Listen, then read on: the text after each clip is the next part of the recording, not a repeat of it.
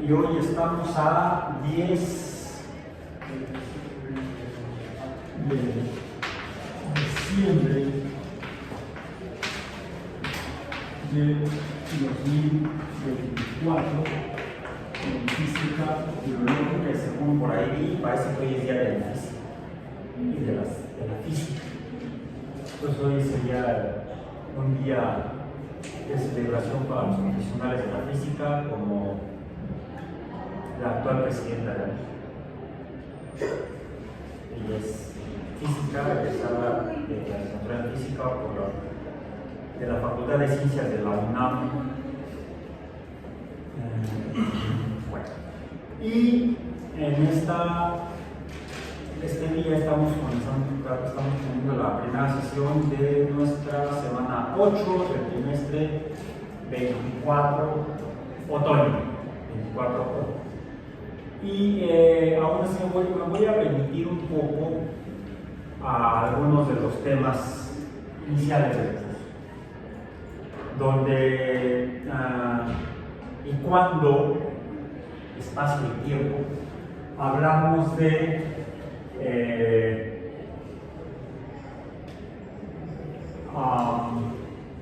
posición, para determinar cómo es el universo, el entorno, dónde estamos, establecemos un sistema de referencia con unidades dimensionales de cantidades que medimos. En este caso estamos hablando del espacio, el espacio lo medimos su cantidad, que sería la longitud. Con las longitudes, porque puede haber más de una longitud dependiendo de la naturaleza del espacio. Si el espacio es unidimensional, sería entonces solamente una dimensión, sería solamente una longitud. En un espacio bidimensional, como la superficie del pizarrón, el espacio es la superficie. En el caso de un espacio de una dimensión, el espacio sería la línea, y específicamente la línea recta, para que sea una dimensión. Porque si la línea no es recta, si la línea es no recta, en matemáticas decimos no lineal, entonces estaremos hablando de dos dimensiones, y cuando tenemos dos dimensiones implica un espacio llamado superficie, cuya cantidad es el producto de longitud por longitud. No, esa sería la unidad. La unidad actual del Sistema Internacional de Pesas y Medidas es el metro para la longitud. El espacio es la línea. La cantidad es la longitud. Cuando tenemos una dimensión. Cuando tenemos dos dimensiones, el espacio es, lo dije, la que del pizarrón. Son más distraídos que yo. La superficie se llama el espacio bidimensional. La cantidad sería, ¿qué le medimos? A la superficie le medimos el área, efectivamente, el área. Si me equivoqué de posición, de donde escuché la palabra. Entonces, el espacio es la superficie, la cantidad es el área, y ahora sí la unidad del metro cuadrado. Estrictamente la unidad es el metro cuadrado. Podemos medir mediante múltiplos de la unidad o fracciones de la unidad. En un espacio de dos dimensiones, pero si el espacio es de tres dimensiones, entonces tenemos tres longitudes. Lo que tenemos es, también voy a llamar el cuerpo, lo que tenemos en el espacio tridimensional son cuerpos, y el espacio que ocupa el cuerpo se llama, la cantidad que tenemos es ¿qué? Entonces se va cambiando el género de la palabra. Hablamos de la línea, y la cantidad es la longitud. Cuando estamos en una dimensión, dos dimensiones, hablamos de la superficie, y la cantidad es el área. Y cuando estamos hablando de 3 dimensiones, podríamos llamarle al espacio el cuerpo, y la cantidad es el volumen, específicamente. Los cuerpos tienen volumen. Y la unidad, el metro cúbico. Sus múltiplos o sus fracciones, o sus modificaciones en cuanto al nombre, que corresponden o equivalen a cantidades de espacio tridimensional en unidades de volumen. Por ejemplo, lo que tendríamos como la unidad del volumen sería el metro cúbico, que sería un espacio, si fuera cúbico, no importa la forma del espacio, pero pensando en cúbico, pensamos en cubos, y entonces diríamos que tenemos un cubo de 1 metro por 1 metro por 1 metro. Es un cubote. Rara vez nos enfrentamos conscientemente con espacios de ese tamaño, de esa magnitud, de ese volumen, de 1 metro cúbico. Sin embargo, se usan frecuentemente. Por ejemplo, más en las actividades humanas que en otras. Por ejemplo, en la industria de la construcción, cuando hace uno una casa. El departamento es diferente porque son múltiples viviendas, múltiples espacios para múltiples personas, múltiples familias. Pero si hablamos de una unidad habitacional para una persona o una familia, hablaremos de una casa. Y hay que poner habitaciones. ¿Y cómo se determina el tamaño de la habitación o de la vivienda? ¿Qué unidades usamos? Necesitamos un espacio donde vamos a ubicar la vivienda. Y el espacio es, ¿cómo se mide? ¿En qué se mide? Metros cuadrados. Se mide la superficie. Entonces usamos metros cuadrados como unidades para medir. Y ahí vamos a ubicar o identificar un espacio tridimensional, la vivienda. ¿Y la vivienda cómo se mide? No se mide en metros cuadrados. Sí es cierto, se diga que departamentos o casas de tantos metros cuadrados. Me están informando de la superficie, pero no el espacio tridimensional que voy a ocupar. Y no todos los espacios que ocupamos tienen las mismas dimensiones. Por ejemplo, estamos en un aula tridimensional donde tenemos, de hecho, 6 superficies fundamentales. El piso, podríamos medirlo, sus dimensiones superficiales, el área del piso, en metros cuadrados, la superficie de las paredes o muros y la superficie del techo. Si de hecho esto no es un cubo, más bien sería un poliedro rectangular, porque tenemos, las paredes son rectangulares, el piso es rectangular y el techo es rectangular. Por todos lados vemos rectángulos, no vemos paredes, ni pisos, ni techos cuadrados. Son rectángulos, entonces estamos ocupando un espacio de un poliedro rectangular. Es común que los espacios habitacionales en las viviendas así sean. Cuando uno vive en una habitación pública. Ok. Dimensiones de la vertical. ¿Cuánto tendrá la longitud del piso al techo? Un montón. Más o menos por acá son como 2 metros 10. Yo porque no solo que acá se van vestidos. Serían más o menos como 3 metros. No alcanzo. No alcanzo. Ay, casi. No, ya no llego. Antes sí llegaba. Donde viven está más o menos igual o es diferente. Muy diferente. Alguien vive en una habitación o en su casa tienen habitaciones con distancias piso-techo de 3 metros. Salvo que viven en casas antiguas, muy antiguas, se solía construir con pisos altos. O más bien con techos altos.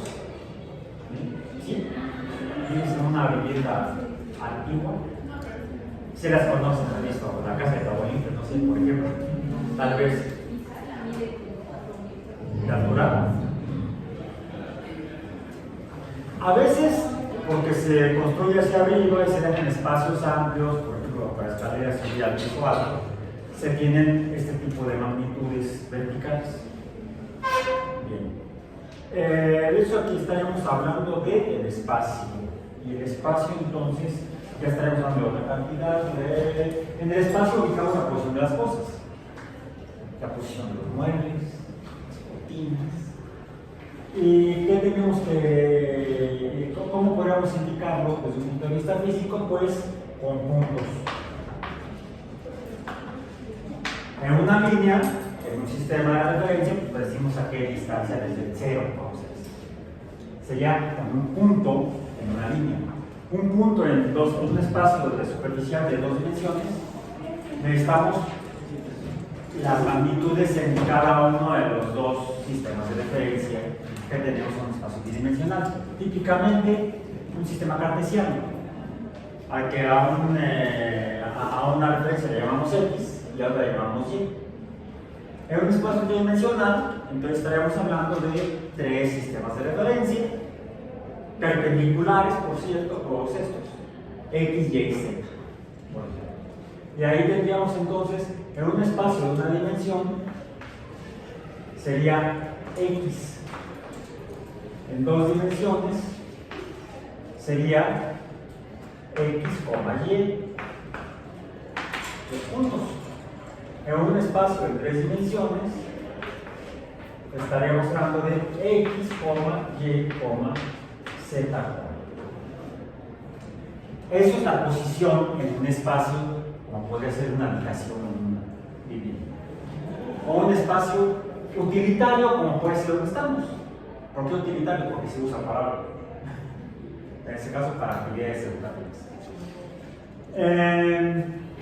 Entonces, indicamos dónde se ubican lo que ahí existe, utilizando el sistema de referencia para 1, 2 o 3 dimensiones, dependiendo del espacio que nos interese conocer.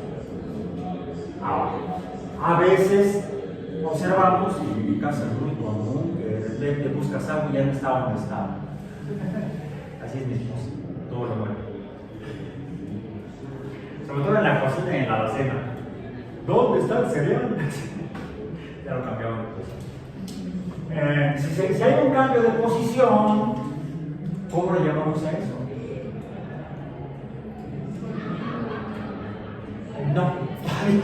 Todavía no, casi.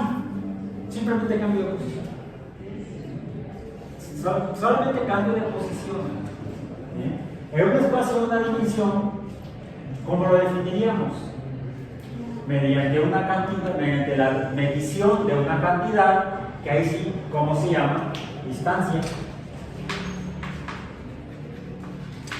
Sería un cambio, vamos a llamar aquí, vamos a usar símbolos, delta sería cambio, la letra delta mayúscula griega es cambio de posición. La cantidad es la distancia, la cantidad es el espacio que medimos, sí, la distancia, pero la medimos con otra cantidad, con la cantidad espacial, longitud. Las distancias se miden en longitudes, pero se definen, usamos un símbolo que sería la distancia D, pero para una dimensión, ¿cuál sería el símbolo específico? Delta X, ya lo habíamos dicho, ya lo habíamos usado. Esto es distancia. D en general, delta X para el espacio, el sistema de referencia X, que sería solamente X el espacio de una dimensión.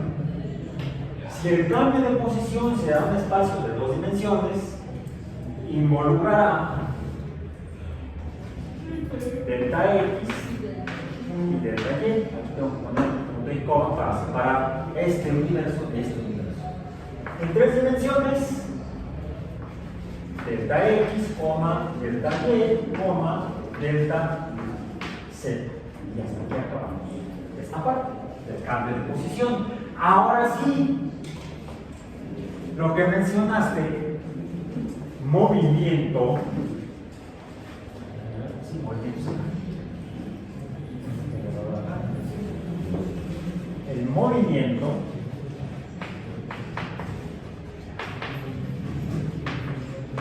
¿cómo lo conocemos? Necesitamos medir algo más además del cambio de posición para la distancia. El tiempo. Entonces involucra ya dos cantidades interactuando o relacionadas. El movimiento sería la velocidad. La velocidad nos define el movimiento que es en una dimensión delta x entre delta t. El símbolo v. Ahí está. Por cierto, una vez que tenemos cambio de posición en un sistema de referencia, podemos ver hacia dónde es el cambio de posición. De ahí que aparezcan las cantidades a las que llamamos vectoriales. Voy a repetirme nada más a poner aquí las flechitas en eso para ahorrar tiempo. Porque cada una de estas necesitaría tener la flecha arriba de la X, la Y o la Z. Y la Z, cuando aparezca la Z. Entonces, esto es velocidad. Cuando relacionamos la velocidad con la naturaleza de lo que existe en el espacio y que está cambiando de posición, es necesario considerar o conocer otras cantidades, como cuando tomamos en consideración que lo que está en una posición, cambio de posición, determinamos el cambio del tiempo en el cambio de esa posición. Es decir, hubo una velocidad, pero lo que cambió de posición no se movió, es algo que tiene materia. ¿Cuál es la cantidad de la materia?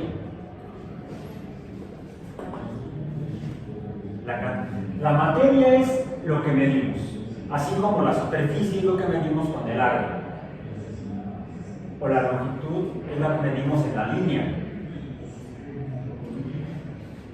Lo que medimos con la materia, lo que le medimos a la materia, la cantidad, ¿cuál es? La, porque hay una por acá.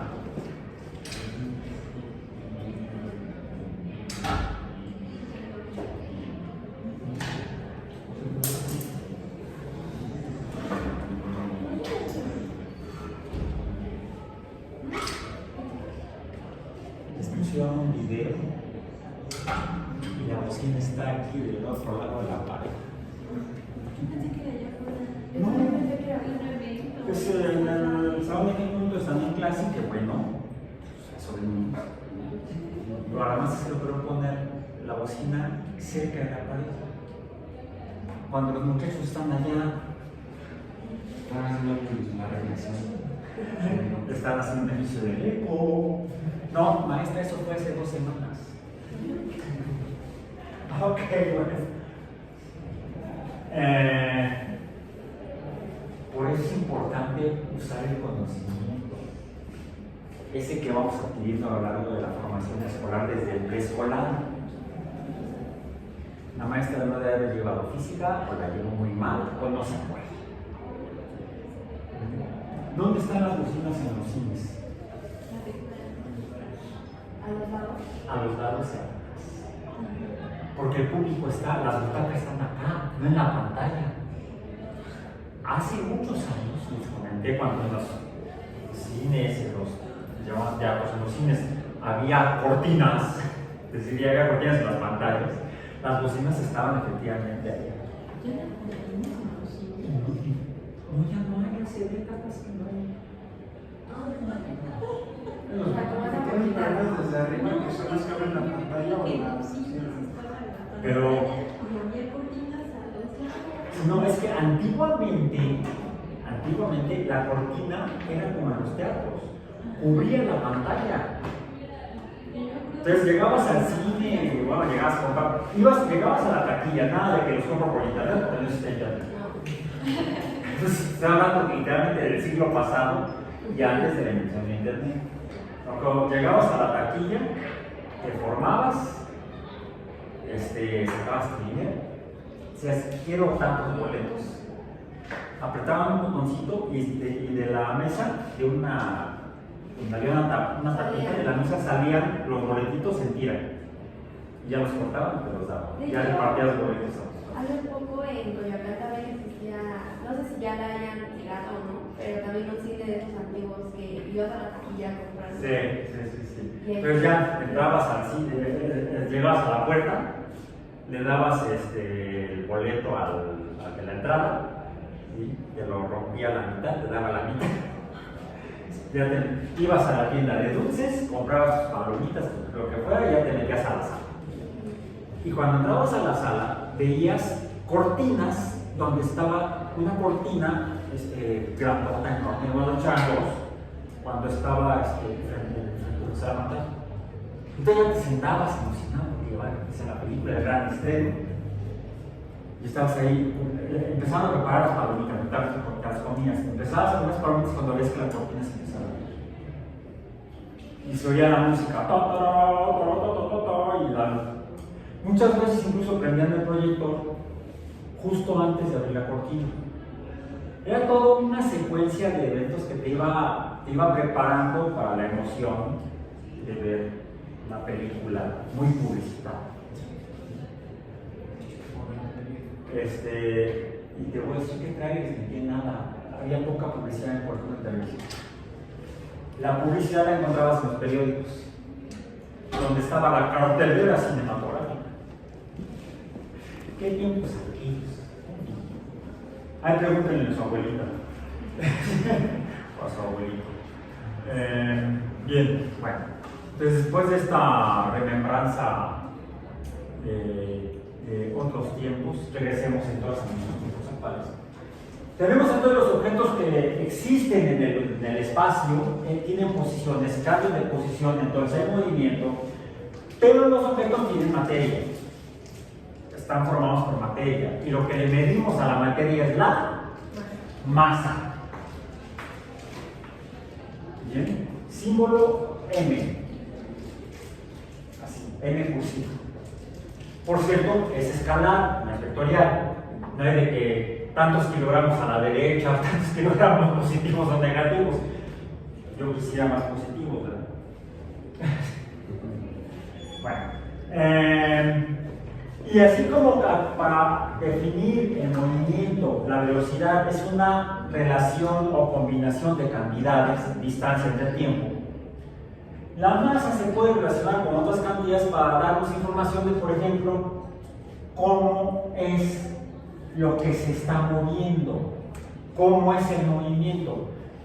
Delta X entre delta T solamente nos describe cómo es el movimiento en cuanto al cambio de posición en el espacio y el intervalo entre ese cambio de posición. Pero no nos dice más.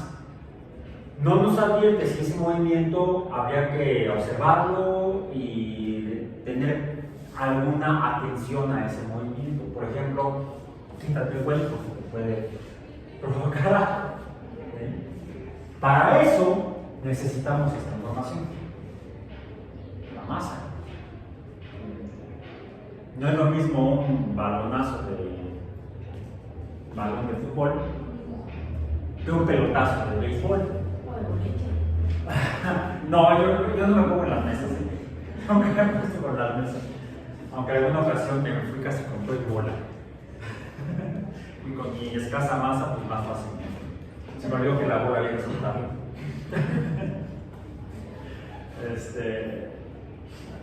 Entonces, relacionamos la masa con la masa. Más déjame poner la masa como acá, para que se vea que sí estoy hablando de lo mismo.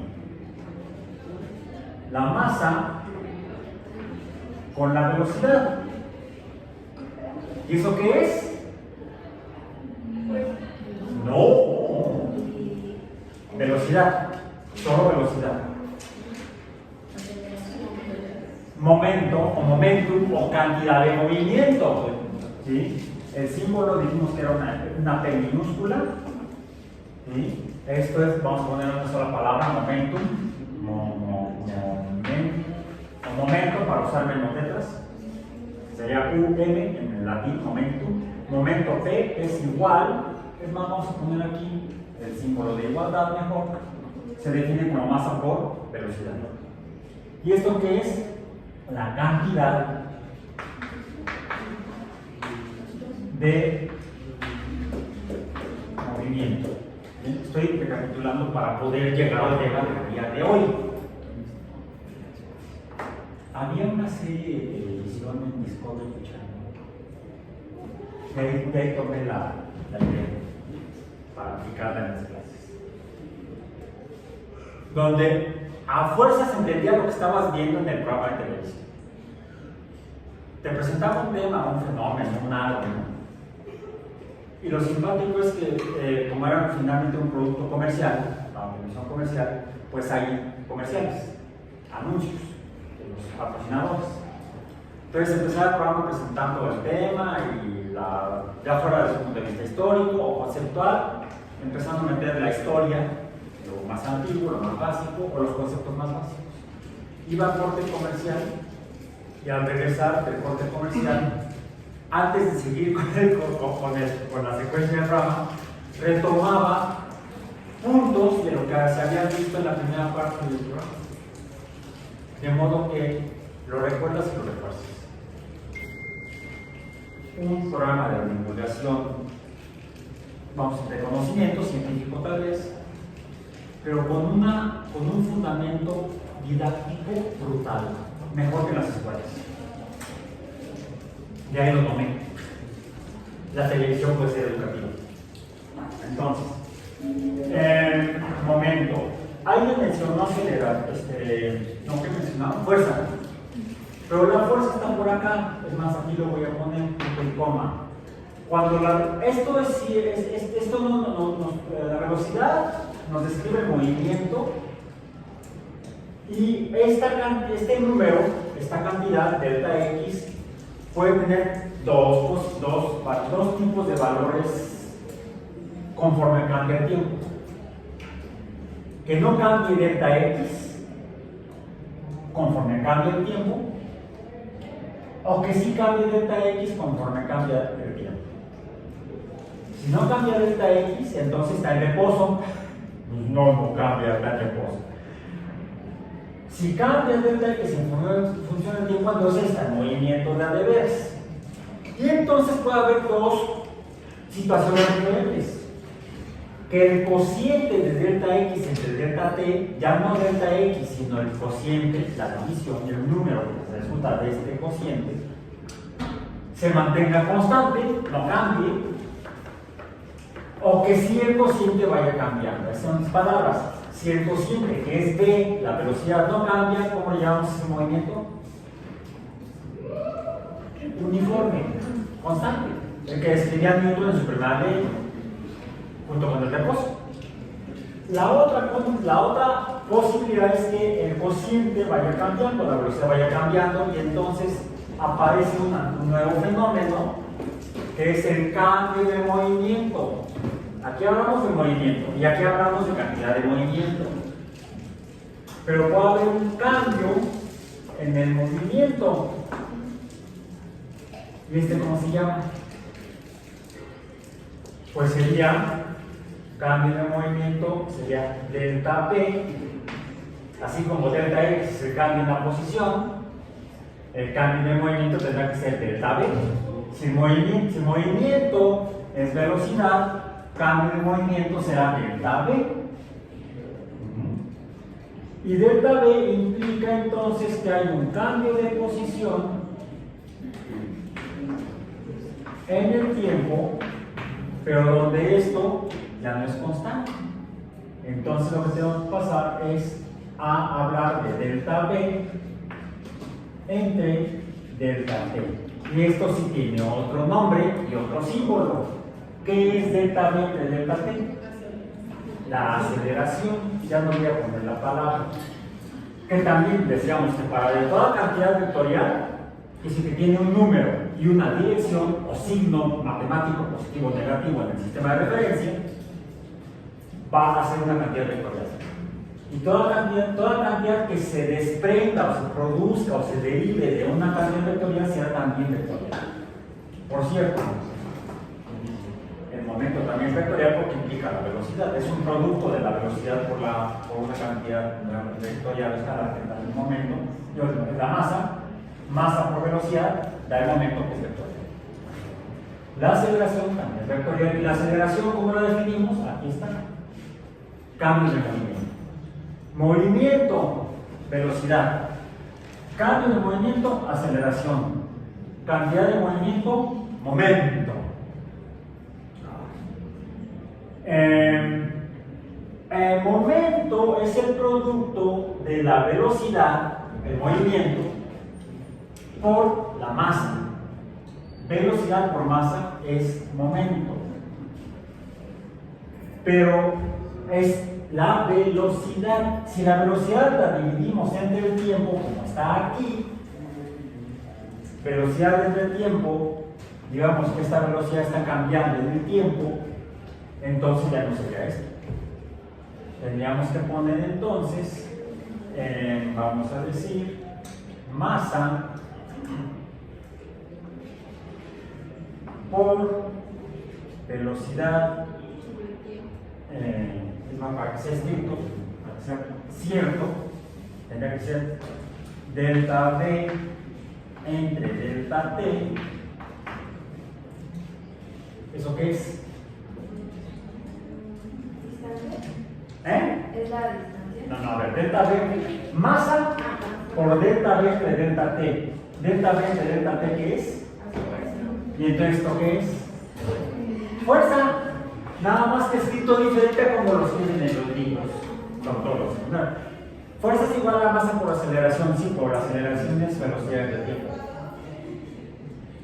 Esto me recuerda que la fuerza es lo que provoca el cambio en el estado de reposo o movimiento de las cosas. Cuando cambia la velocidad de constante a variable,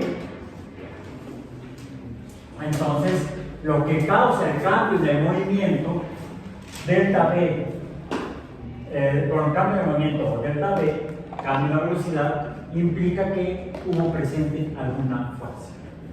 Finalmente puedo llegar a el cual tiene algunos antecedentes históricos en diferentes sociedades humanas. En la antigüedad, los humanos quizás no tener tanta información, trataban de entender el mundo de acuerdo a cómo se les ocurría. ¿Mande? La mitología, actualmente le llaman mitologías, pero en aquel tiempo era la interpretación que hacía la gente de cómo se explicaba los cambios en la naturaleza.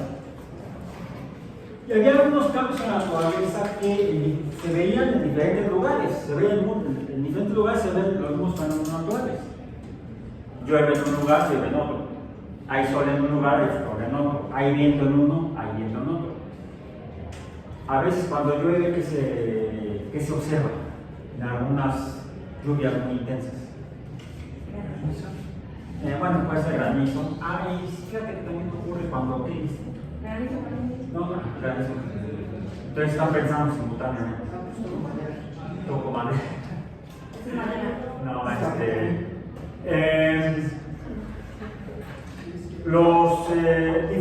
por cierto, diferentes sociedades le dieron nombres diferentes al mismo fenómeno. O quizá les llamaba más la atención una de las características del fenómeno que otra. Mientras a una sociedad le llamaba más la atención una característica del fenómeno natural, a otra sociedad en otro lugar del mundo, de la Tierra, le daba al mismo fenómeno donde se presentan diferentes eventos, quizá les llamaba más la atención otros fenómenos. Esto representa, por cierto, no solamente es mítico, sino que es falso. ¿Sí? De hecho, aquí dice, ¿no? ¿Cómo vestirse como un verdadero vikingo? Le falta su escudo de A mí sí. No, a usted, ajá. Sí, a mí sí. Es que los dejé en otro pantalón. Bueno. Pero a Rufi aquí los trae. En realidad los vikingos nunca usaron cascos de esos. Esto es un invento de Hollywood. ¿Verdad? Usaban cascos, pero no tenían cuernos. Los cascos con cuernos no los usaban para efectivo los vikingos. Sin embargo, es tan efectivo esto para hacer publicidad y evitar a la gente que visite países, que actualmente el gobierno noruego, en lugares donde se promueven, venden imágenes de este tipo. Es más, esta playera la compré en un stand cultural patrocinado por el gobierno de Noruega, en Disney World, en Epcot. Ahí hay una zona patrocinada por el gobierno de Noruega y ahí promueven ahí todo lo de la cultura noruega, incluso lo que es falso. Y bueno, este casco en realidad lo compré en Walmart, aquí en México. Esta playa sí la compré allá. Entonces, porque me recuerdo lo que sí es cierto de la tradición noruega.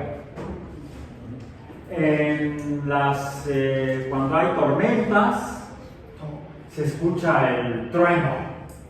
¿Sí? Y el dios del trueno, bueno, la explicación que daban los ancestros de los noruegos, los vikingos, ¿sí? Los grupos nórdicos, era que eran dioses los que causaban los fenómenos naturales. Y era Thor, el dios del trueno.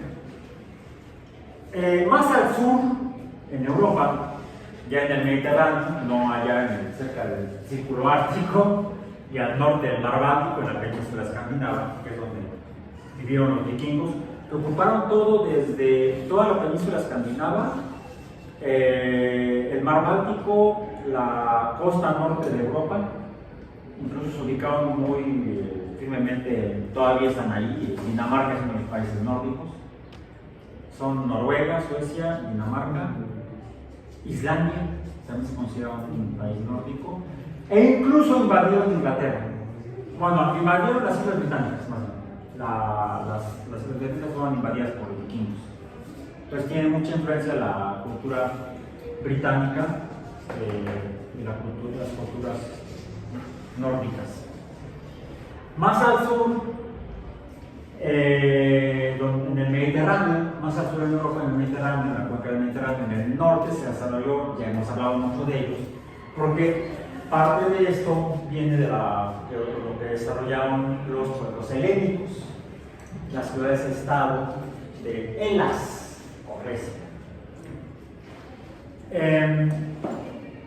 donde la cultura griega tuvo a bien tanto desarrollar como tomar conocimiento que venía de otras regiones del mundo, bueno, cercanas de Asia, de la zona de lo que era, bueno, fueron invadidos varias veces por los persas.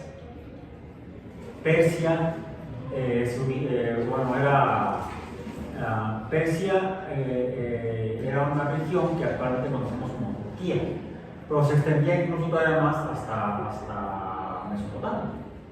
Y en Mesopotamia es donde surge la civilización humana, hasta donde sabemos, con evidencia arqueológica. Y parte del conocimiento que actualmente usamos, la base del conocimiento que hoy en día usa la humanidad, proviene de esa región principal, de Mesopotamia. La matemática, la aritmética, la astrología y la astronomía provienen principalmente de Mesopotamia. De ahí se extiende hacia el Mediterráneo. Cuando hablamos de óptica, hablamos del vidrio, y los principales productores del mejor vidrio en aquellos tiempos fueron los fenicios, que se ubicaban en la cuenca oriental del Mediterráneo, digamos al sur de Persia. Los persas, que invadieron varias veces a los helénicos, que ahora llamamos Grecia, que han sido ese estado, pues en esas invasiones, además de llevarles flechas y piedras, lanzas, también hubo interacción cultural a través de esas interacciones humanas. Y eso fue tomado por los pueblos helénicos y desarrollado para lo que hoy en día es la base de la ciencia moderna. No solamente proviene de Mesopotamia, de Grecia, sino de hecho la matemática numérica y los símbolos numéricos que usamos hoy en día no son los que usaban los griegos. No usamos los números griegos, aunque sí de repente usamos las letras griegas, delta, ¿no? Por ejemplo. Sino que usamos estos números, ¿de dónde los tomamos? ¿No son los arábicos? Fíjate que hay una especie como de plagio. Deberían haber demandado a los autores originales de estos números. Porque fueron la cultura árabe, los musulmanes, los que llevaron no solamente estas formas de representación numérica, sino la matemática asociada a ella, la llevaron a Europa, los árabes. A lo largo de la segunda mitad de la Edad Media y en los primeros tiempos del Renacimiento europeo. Y como fueron los europeos los que recibieron estos números de los árabes, le llamaban los números de los árabes o arábicos. En realidad, los árabes, como buenos mercaderes, comerciantes, los tomaron de otros y luego los vendieron a los europeos más caros. Pusieron ahí, como eran intermediarios, le metían ahí la ganancia para ellos. Te voy a cobrar ¿cómo llaman? El flete. Te voy a cobrar el flete y mi comisión y todo lo demás. Te lo vendo baratos, paisanos. ¿Sí? Por cierto, mi familia es de origen árabe. Sí. A mí no se me nota mucho las ojeras, por ejemplo, los ojos moros. Pero mi hermano, uno de mis hermanos mayores parece beduino. Y a mi hermana frecuentemente la confunden con judía. Sí, tienen la nariz más grande que yo. Mis hermanos. Entonces, pero sí, somos de ancestros árabes. Pero no fueron los árabes los creadores, los inventores de esta matemática y estos símbolos numéricos, sino que fueron los pueblos del sur de Asia, del centro-sur de Asia. ¿Y cuál fue la cultura que se desarrolló en el centro-sur de Asia? No, esos fueron en el este de Asia, en el lejano oriente, pues le llaman. Lo más lejos de Europa, del continente asiático, fue la cultura Xin o China. No, en el sur. ¿Cómo se llama el océano que está bien pegado al Asia, en el sur de Asia? Saquen su mapamundi. Sí, para este curso necesitamos la geografía. El océano Índico. Entonces, ¿por qué se llama Índico? Por la India. ¿Cuál fue la cultura que se desarrolló en las costas del océano Índico en Asia? Porque también se desarrolló África y Oceanía. Sí, son los tres continentes son cuatro continentes que encierran al océano Índico. Al este, Australia, por el continente Oceanía. Al sur, el continente Antártico. Al norte, Asia. Y al oeste, África. En ese espacio donde se encuentra el océano Índico. Al norte está entonces Asia, y la cultura que se desarrolló ahí fue la cultura india. ¿Bien? La de Kama Sutra, por ejemplo. La del... Bueno, en todos lados. No me digas que no se va a comer quesadillas allá afuera de todas, ¿no? Y es así para la clase de microbiología. Y ahí encuentras todos los cultivos que necesitas. Entonces, sí, el Rig Veda y toda esa tradición india. Bueno, fueron los indios los que desarrollaron la matemática en la cual ellos concibieron, independientemente de otro pueblo en estas tierras, el número 0. El cual no tenemos evidencia de que lo hayan concebido y usado matemáticamente o para la matemática ni los chinos, ni los asirios, ni los persas, ni los griegos ni los romanos. En dos regiones del mundo fue donde los pueblos, esas sociedades, consiguieron un símbolo para representar nada. No tiene que llegar a una hora de butacas. Cero. En cambio, los romanos o los chinos habrían dicho: no hay butacas. ¿Cuántas butacas hay? Pues no hay. No hay, que se por ahí. No hay butacas. En cambio, los indios habrían dicho: hay 0 butacas. Y los mayas también. El pueblo maya, en este continente, en la zona del Caribe, Centroamérica, la península de Yucatán, de hecho hasta la costa del Pacífico, donde se desarrolló la cultura maya más antigua, y al sur, en lo que es ahora Chiapas, ahí es donde se desarrollaron las culturas mayas, fue donde tuvieron a bien conseguir un símbolo para nada, un símbolo numérico para cuando la cantidad de lo que hay es nada, 0. Estos números nos vienen de la cultura india, que nos han potenciado el poder hacer operaciones matemáticas de manera más poderosa, más eficiente. Entonces, hemos llegado a estos dos conceptos: cantidad de movimiento y las causas del cambio de movimiento. Esto es cambio de movimiento, que será la velocidad. Cambio de movimiento es la aceleración. Movimiento, velocidad. Cambio de movimiento, aceleración. Las causas que provocan el cambio de movimiento, sea de reposo o sea a movimiento, son las fuerzas. Y hemos hecho varias actividades en las que hemos visto, por ejemplo, fuerzas como la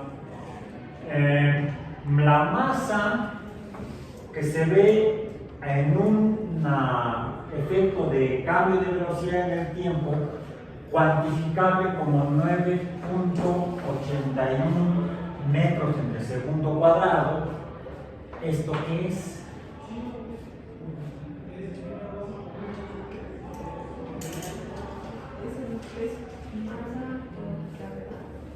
Masa por gravedad en 9.81 metros entre el segundo cuadrado es igual a G minúscula, que es la aceleración con la que los objetos caen. Bueno, ese cayó. ¿Por qué? ¿Por qué no cayó los objetos caídos? No sé. Bueno, aquí está este, no le pasa nada. Pasa. Ese sí cayó a 9.81 metros por segundo. El globo no. Sería como que será quizá más evidente si uso yo, traigo aquí uno de los Kleenex. No, no es Kleenex. Es de otra marca. Kleenex es una marca de papel, papel higiénico, papel desechable para. Este es papel higiénico para otros fines. Bueno, también en el caso de urgencia puede servir también. Que también si lo suelto, se ve bajo el efecto de esta fuerza, pero también bajo el efecto de otra fuerza. ¿Por qué no cae como el tripié?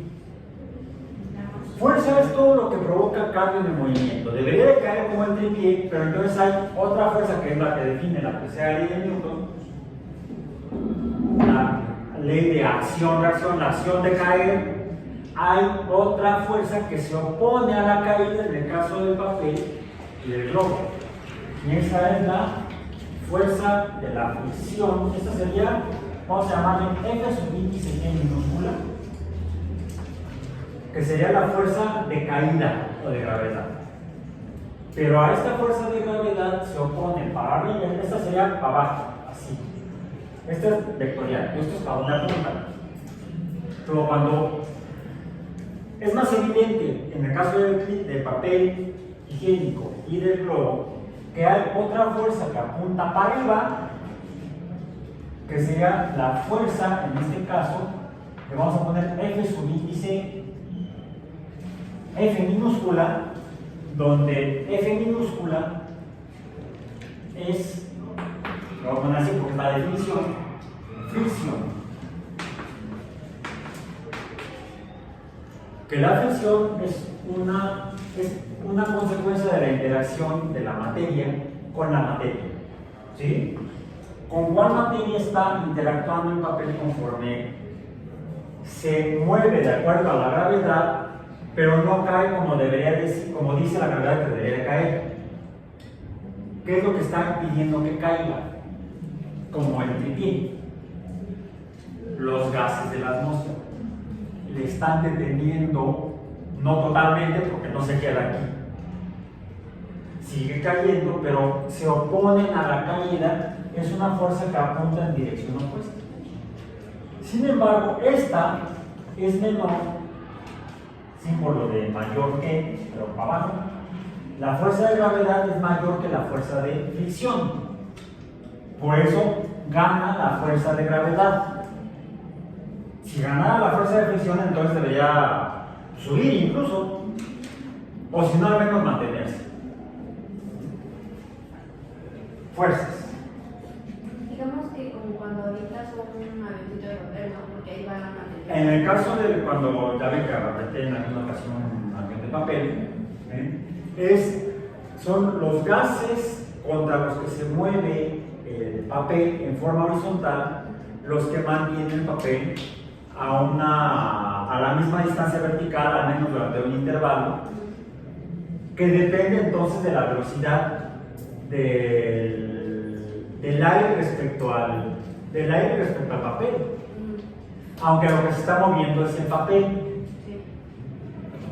Entonces, la definición de cómo actúan estos números o estos fenómenos o estas cantidades es relativa, es absoluta.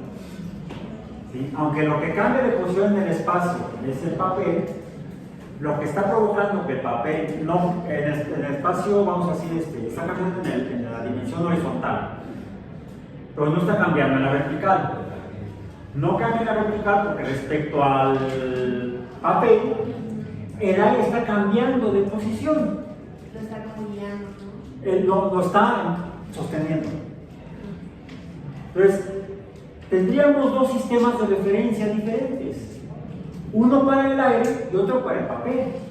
Como cuando hicimos el experimento allá arriba, que me subí a la patineta, y no antes, cuando dejé nada más caer la pelota. Yo me subí a la patineta, me tomé la pelota, me puse en movimiento con la patineta y dejé caer la pelota. Y yo vi caer la pelota junto a mi cuerpo. Yo vi que caía así que como en línea de una dimensión, casi soy de una dimensión. Soy un ser unidimensional. Y sin embargo, ustedes vieron que la pelota no cayó en esa línea recta vertical, que fue lo que yo vi respecto a mi sistema de referencia que está montado en mí. Mi sistema de referencia se mueve junto conmigo. Y entonces, en el sistema de referencia que es el mío, yo veo a la pelota caer en una dimensión. Pero como respecto a ustedes, yo me estaba moviendo en otra dimensión, ustedes vieron caer la pelota en forma de parábola, en forma de una curva, en un espacio de dos dimensiones. Entonces hay que tener mucho cuidado en cuanto definimos los cambios de posición del movimiento de las cosas en el universo. Tenemos que definir el sistema de referencia respecto al cual estamos haciendo las mediciones. Okay. Entonces, pero regresemos a esto. La fuerza de gravedad siempre existe cuando hay materia, masa en el universo. Por ahí lo define, lo mencionamos, lo escribí, la cuarta ley de Newton. La voy a poner acá, nada más para recordarla. La cuarta ley de Newton define la F, la línea vectorial, subíndice G mayúscula. Esta es G mayúscula, esta es G minúscula. Esta es la fuerza causada por el producto de la masa por el cambio de velocidad en el tiempo por efecto de la masa, con la que se relaciona esto. ¿Qué describe esta cuarta ley de Newton? Que es la fuerza gravitatoria, no la fuerza de gravedad o de gravitación o de caída. Esta es la fuerza de caída por gravedad. Esta es la fuerza gravitatoria, que se debe a la existencia de la materia que existe en el universo y que interactúa entre sí. Por ejemplo, la Tierra y el papel. Esta fuerza es tan grande como sean estas dos masas o el producto de estas dos masas. Ahí está, el punto del producto. Pero depende también decíamos, del cuadrado de la distancia que separa estas masas, multiplicado por una constante G, que es la constante de Cavendish, la constante gravitacional. Esta es la cuarta ley de Newton, o la ley de gravitación. Es el nombre más apropiado. La ley de gravitación, no de gravedad, porque gravedad puede ser la simple caída a 9.81 metros sobre segundo cuadrado en la superficie de la Tierra. Porque ya vimos que en la Luna es menor, 1.66 metros sobre segundo cuadrado, según me dio en el dato de una clase anterior. De repente mi memoria funciona. ¿Okay? Bueno, entonces, esta fuerza está presente y es la que provoca esta aceleración. Y es la que va a hacer que entonces caiga, y en el caso del papel, friccione con los gases de la atmósfera y entonces no caiga con esta aceleración, cae con una aceleración diferente. Tendríamos que medir. Esa aceleración diferente me muestra la existencia de esta fuerza de fricción. Si yo lo hiciera con el tripié, yo no vería esa F con índice F. No la veo. Porque está cayendo a 9.81. Esto no es perceptible. No es perceptible la atmósfera o lo que hace la atmósfera cuando cae un objeto como este. Es perceptible la atmósfera cuando cae un objeto como este. Déjenme ver si la puedo cortar así. No, mejor así. Por acá se corta mejor, sí. En tiritas. Estamos llegando al invierno, ¿verdad? Porque estas son tiritas de papel. En cambio, ya que estemos bien en el invierno, en la mañana, si sales sin suéter o chamarra, tiritas pero de frío.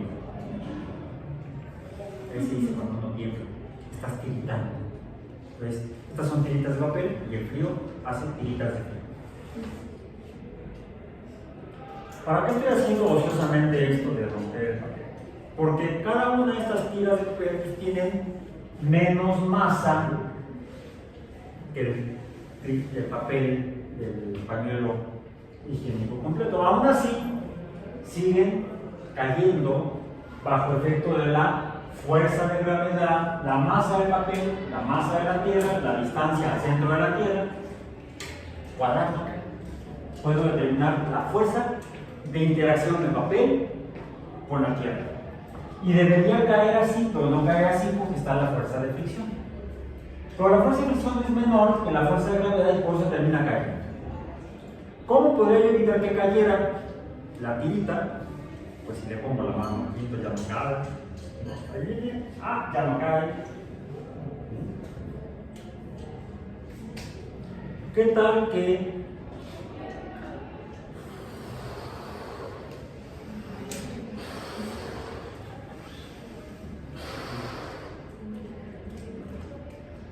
traje unos globos?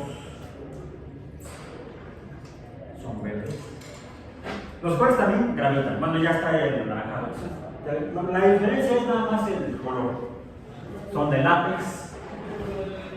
No nos voy a reventar ahora. No te preocupes. Puedes destaparte los cuellos. Además, acústica fue hace 2 semanas.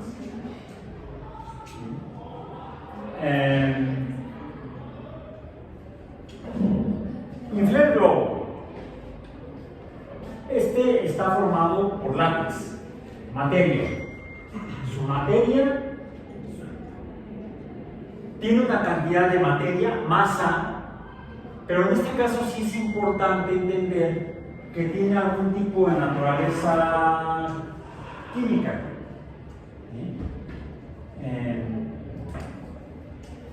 De naturaleza química. De repente necesitamos apelar a algunos otros campos de conocimiento humano, como la historia o la geografía, como hace un momento. ¿Sí? Entonces,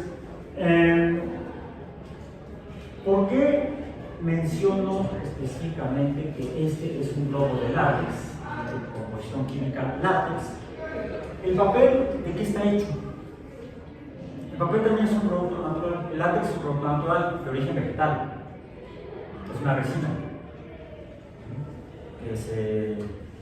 Es un fluido que producen algunas plantas. Bueno, no son todas las plantas, más o menos, en diferentes cantidades y con algunas características diferentes cada una de ellas. ¿Esto qué es? El papel. También es de origen vegetal. Esto es celulosa. Vegetal. ¿Qué dice que son de la misma naturaleza? ¿Podrían vivir juntos? Pues podría de alguna manera la materia vegetal de aquí interactuar con la materia vegetal del papel. Pues veo que no pasa nada cuando pongo el globo encima del papel. No pasa nada. No ocurre nada. Pero qué buena idea que me das. Ya que estás acá, por favor. No quieres salir. No salgas, no, párate aquí. Párate aquí, no vas a salir. Aquí. Préstame tu suéter. ¿Qué es de qué es el suéter? De algodón. ¿Es de algodón o no es de lana? Es algodón. O otro material biológico también de origen vegetal. Parecido al papel. ¿Sí? A ver. Y me dijiste que lo frotara. A lo mejor la lámpara de Aladín no va a salir aquí el genio. ¡Fum! No sale nada. Ay, pues qué genio. A ver, parece que, a ver si con esto. Lo puse en movimiento. Ojo, movimiento. Quiere decir que el movimiento implica la existencia de fuerzas.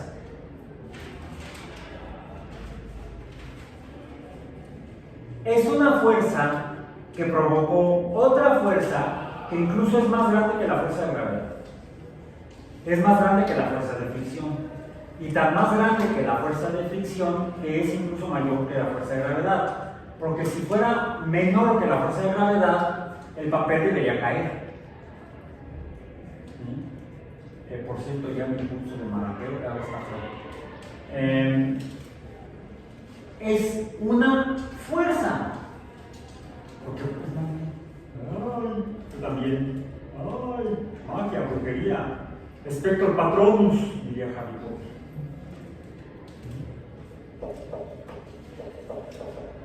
Y no solo eso. Lo voy a poner aquí. Vamos a ver. Voy a quitar los pisos para que lo vean. Si ven acá, lo ven allá. Voy a posición delta X o delta Y o delta Z. Posición aquí, posición acá. Hay una delta. ¿Sí? ¿Lo tocó? No. No fue necesario ponerlo encima, que estuvieran en contacto el globo con el papel para que el papel volara a alcanzar el globo. Es una fuerza de atracción, como la fuerza de gravedad es una fuerza de atracción. La Tierra atrae a los objetos y por eso caen. Esto es una fuerza que también es atractiva. Sí, me gusta. Atractiva. No, de atracción. Jala las cosas hacia el objeto flotando, que fue el globo. No lo había flotado, la fuerza no estaba. La fuerza se muestra, se hace patente cuando el globo es flotante. y se hace evidente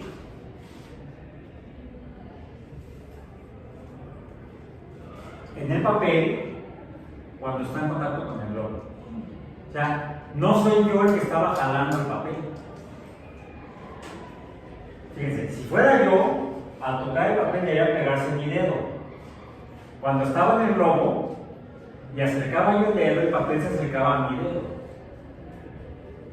¿Cuál es la causa del movimiento? ¿Cuál es la fuerza? ¿Dónde está? ¿Está en mí? ¿Está en el papel? No, está en el globo flotado. Y ocurre algo, a ver, pueden estar refrotarlo, recargarlo. Se lo pusimos. Cuando lo frotamos, no lo tenía. ¿Cómo decimos cuando le ponemos algo a algo?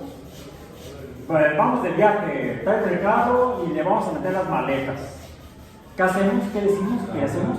Cargamos el carro. Las maletas en el carro. Cargamos el carro, le ponemos algo.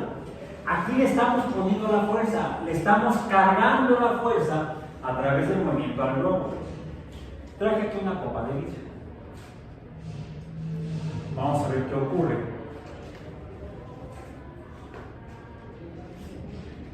¿Se fijan? También, cuando acerco, se gustan, van a ser felices para siempre. El vidrio y el globo se atraen y son dos materiales químicamente muy diferentes. El globo es de látex, de origen biológico, vegetal. El vidrio ya hablamos de él, es un mineral con base en silicio, silicato, son sales de silicio. Este fenómeno fue observado por pueblos antiguos y el que tenemos mejor registrado es la observación que hicieron en las islas del Mediterráneo, en la cuenca del Mediterráneo, en las islas del norte del Mediterráneo, donde estaban los pueblos elas. Por cierto, elas eran de los andrómenos de ahí. Se sentían los elegidos, la élite, de hecho de ahí viene la palabra, élite, de elas, de Grecia. Porque los griegos en aquellos tiempos consideraban a todos los demás una bola de enanos. Salvajes casi. Las tribus bárbaras del norte le llamaban. Grupos barbáricos. Ellos sentían los elegidos, la élite, elas, Grecia. Bueno, observamos este fenómeno, pero lo observamos, obviamente no había globos de látex entonces. No sé con qué hacían las fiestas, pero no con globos. Pero las fiestas se vestían elegantemente, se vestían con seda, prendas de seda, o de algodón muy fino, de lino, telas finas, y se ponían sus joyas. Es un material muy común que se encuentra en esa región, también se encuentra en Centroamérica, es muy abundante. Es un material que parece una roca cristalina, pero que no es de origen mineral, es de origen biológico, vegetal, una resina, como el látex. Solo que para que se produzca y se forme ese material, tiene que pasar mucho tiempo de que se produjo la resina por la planta. Estoy hablando de miles o millones de años, para que ese material biológico se fosilice. Es el ámbar.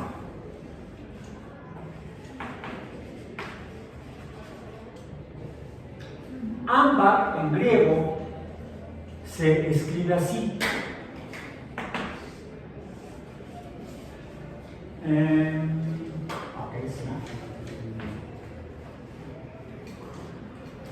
Luego sigue con esta.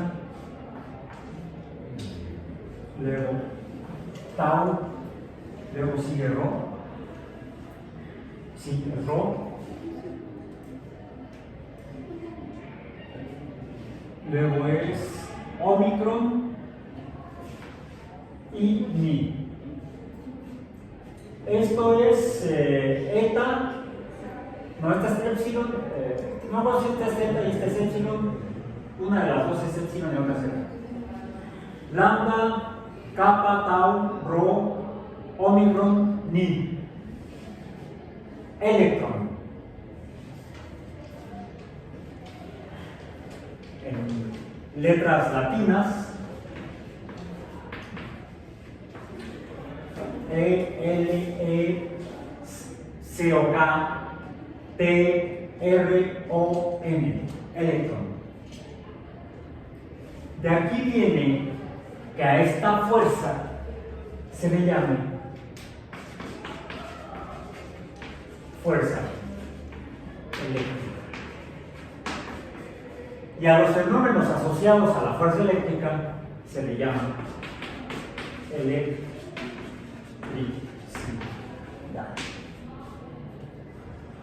Entonces, la electricidad la podemos entender como los fenómenos asociados inicialmente a la interacción de el ámbar es una resina.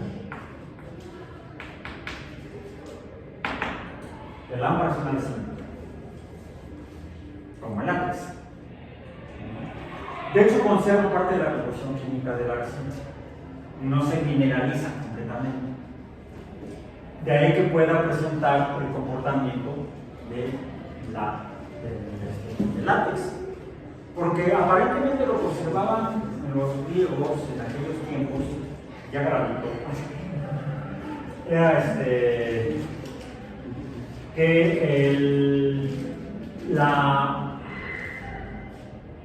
cuando en la fiesta, en el movimiento, en el baile, no sé cómo bailamos, no sé, pero deben haber bailado, la música fue desarrollada matemáticamente por los griegos, en particular por los pitagóricos. De ahí, por ejemplo, la escala musical de octavas viene de proporciones matemáticas desarrolladas por los pitagóricos. Y es muy probable que en el movimiento de interacción de las joyas de ámbar con la tela se produjeran estos fenómenos de atracción e interacción que se quedan pegadas a la tela en la joya, como el papel, la celulosa en el globo de látex. Y quizá también hasta observamos el comportamiento con el vidrio. Ya usaban vidrio como joyas también en Grecia hace 2500 años. Bueno, realmente sigue pegado. Sigue pegado. Es una fuerza pegante.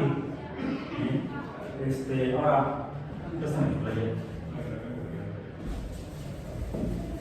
Entonces, esta fuerza se produce. Es más, déjame ponerlo para acá. Deténmelo. No, de aquí, el ombligo, como dicen por ahí. Voy a inflar este otro robo. Todavía no, para el momento.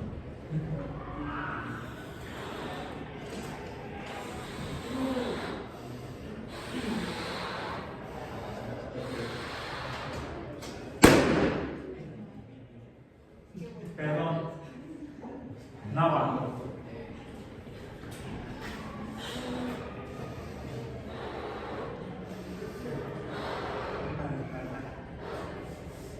Solo para despertar, ¿no? Quiero que queden más o menos de tu tamaño. Para que sea la misma cantidad de materia, de látex y de aire. No te preocupes, ya no reviento. Un poco más. Ahí. Son más o menos la misma cantidad de materia en cada globo, tanto de látex como de aire. Ahora sí, préstame tu playera porque para ya no perturbar a tu compañero, vamos a contar entonces. Allá también el algodón, ¿no? Se supone. De la mesa. ¿Quién sabe? Contemos a ver si ocurre. Debería. Más. Si ven, se trae el papel. Tengo aquí dos globos muy parecidos y cuando intento acercarlos, ¿qué sucede?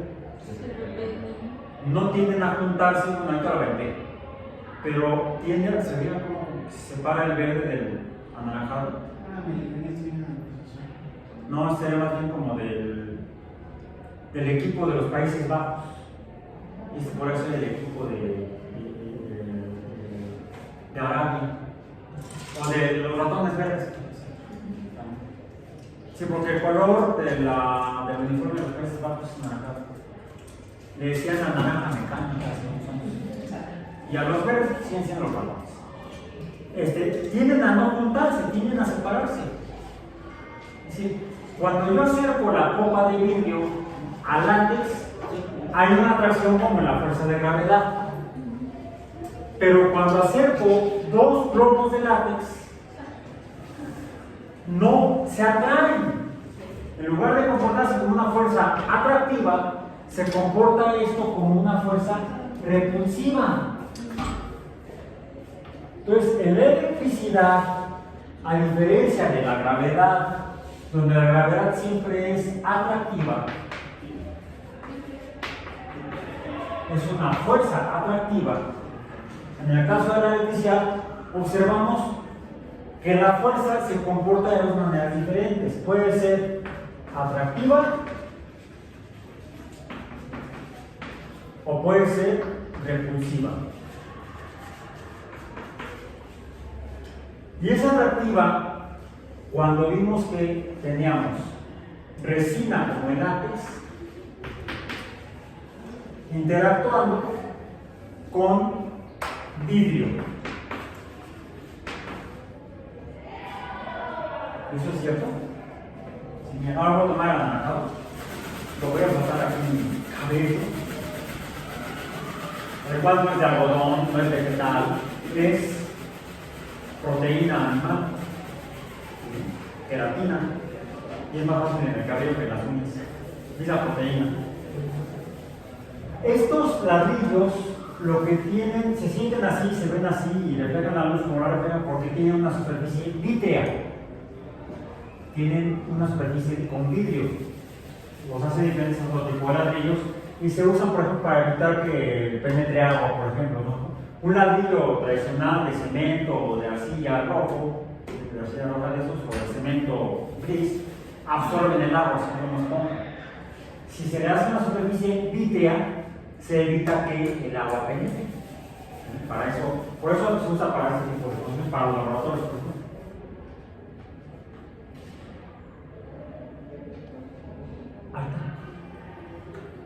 No gravita, es una fuerza mayor que la fuerza de gravedad, la fuerza eléctrica. Y en este caso se está comportando de manera atractiva.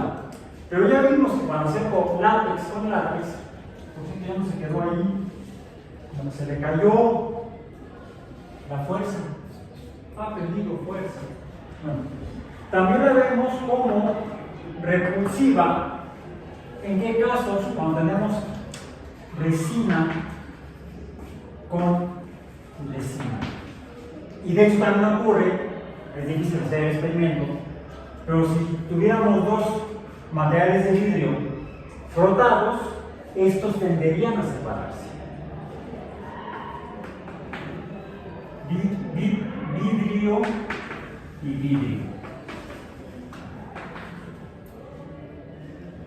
Y es así como originalmente se describió la electricidad por quienes se interesaban en estudiarlo más para acá, que ya no fueron los vikingos ni los griegos, sino fueron europeos de diferentes regiones, de lo que es la península itálica, de lo que son las islas británicas, por ejemplo, de lo que es la región de las Galias, Francia, o incluso ya en ese continente, personajes como Galvani, ¿le suena de algún lugar? Volta, Faraday, Franklin, Benjamin Franklin,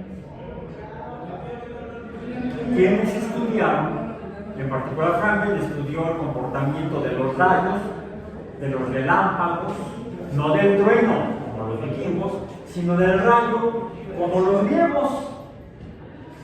Ellos se fijaban más, les llamaba más atención el rayo que el trueno, y por eso es que le dieron mucha importancia al rayo y le asignaron un poder divino. ¿El de quién? No, los griegos, Zeus, o los romanos lo llamaban Júpiter. Por Júpiter se nos ha acabado el tiempo. Nos seguiremos viendo y hablando de fenómenos eléctricos y especificaremos más esto que inicialmente parecería resinoso y vítreo en la próxima clase. Por hoy terminamos, nos vemos mañana en el laboratorio. Traigan papel.